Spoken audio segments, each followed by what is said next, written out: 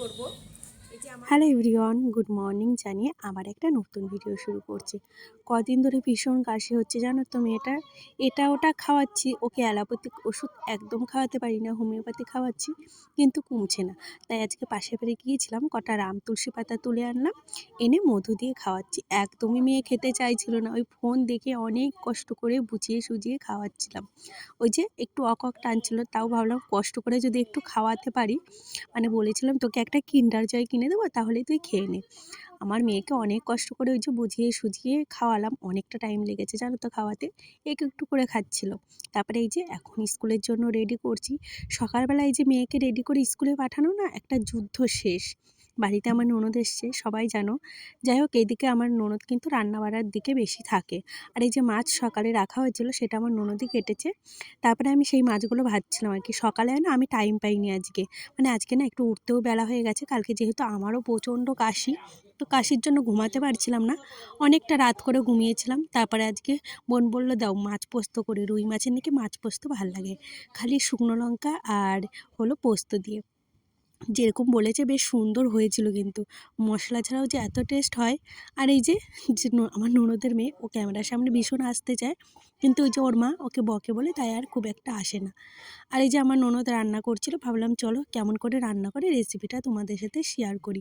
ওই শুকনো লঙ্কা ফোড়ন দিয়ে, তেজপাতা দিয়ে, তেলের পর একটু হলুদ দিয়ে, ব্যাস জল দিয়ে ভালো করে ফুটিয়ে, ভালো করে ফুটলে তার ভিতর আর কি মাছগুলো ছেড়ে দেয়। কি বলো তো, অনেক রান্না আছে যেগুলো আমি জানি না, আর বোন না অনেক ধরনের রান্না জানে, অনেক ধরনের। আর রান্না করতে একদম আলসেমিও নেই, মানে তুমি খালি জোগাড় করে দেবে আর বোন বসে বসে বেশ সুন্দর রান্না করে। জানো তো এরকম মানুষ পাওয়া না ভীষণ মানে ভাগ্যের ব্যাপার। ভীষণ ভালো, আমার যতগুলো ননদ আছে সবাই ভালো মোটামুটি। তবে এটা আমার একদম নিজের ননদ নয়, মানে এই জ্যাঠাতো কাকা তো যাই করে হোক, আমি না অত সব আবার মাথায় রাখতে পারি না, ননদ ব্যাস ননদ। যাই হোক, এইদিকে তারপরে মাছ পাতায় করা হবে, আর এটা তোমাদের সাথে আমি ভেবেছি শর্টে শেয়ার করব। তো তোমরা এই রেসিপিটা তোমরা শর্টে দেখে নিও। আর মাছ পাতাটাও আমার বেশি ভালো লেগেছিলো, আর মাছ পোস্তটা আমার হাজব্যান্ডের বেশি ভালো লেগেছিলো। সবার তো টেস্ট এক না। এদিকে দেখো, ওইদিকে মাছ পাতায় বসিয়েছে, আর এদিকে মাছের ঝোলটাও হয়ে গেছে।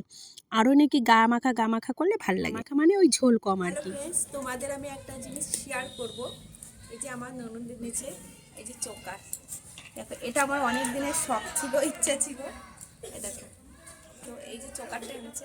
তবে হ্যাঁ, শখ ইচ্ছা থাকলেই সেটা আমার নয়, এটা এনেছে হলো বিয়ে বাড়ি দেবে বলে, তাই চোকারটা হেভি মানে খুব ভালো লাগলো। তাই ভাবলাম তোমাদের সাথে ডিজাইনটা শেয়ার করি। দেখো তো কেমন লাগছে প্লিজ কমেন্ট করে জানিও। কি গলার ফাঁসি মনে হচ্ছে তো, ঠিক করে পড়িনি, লোকের জিনিস পড়া ঠিক নয়।